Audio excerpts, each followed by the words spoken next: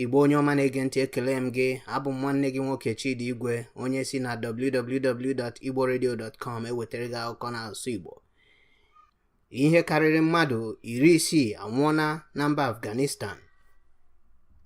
Ndị agha iyi egwu egbuola ihe karịrị mmadụ 60 na Kabul yana Ghor.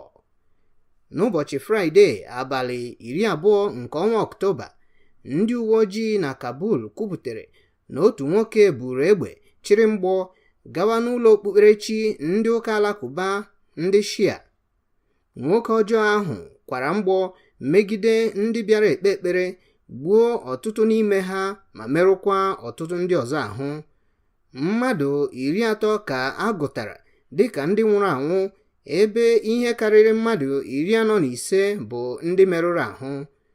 Ndị otu ISIS ekwetego na ọ bụ ha kpara mkpamkpa megide ndị agbụrụ Shia na Kabul. N'akụkọ yiri ibe ya, Mohammed Iqbal Nizami, ọnụ na-ekwuru ndị uwe ojii na province Ghor, ekwuona na otu nwoke jiri mgbọ ogbunigwe so onwe ya jere n'ụlọ ụka ndị alakụba kpasuo mgbọ ogbunigwe ya. Nwoke ahụ gburu onwe ya, gbukwe ọtụtụ ndị ọzọ bịara ekpe ekpere na mosque.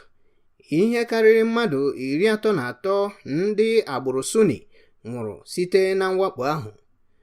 Ọkọ akụkọ bụ nwanne unu nwoke Chidi Igwe, onye akụkọ na-adị mma n'ọnụ, onye si na www.igboradio.com ewetara unu akụkọ n'asụsụ Igbo.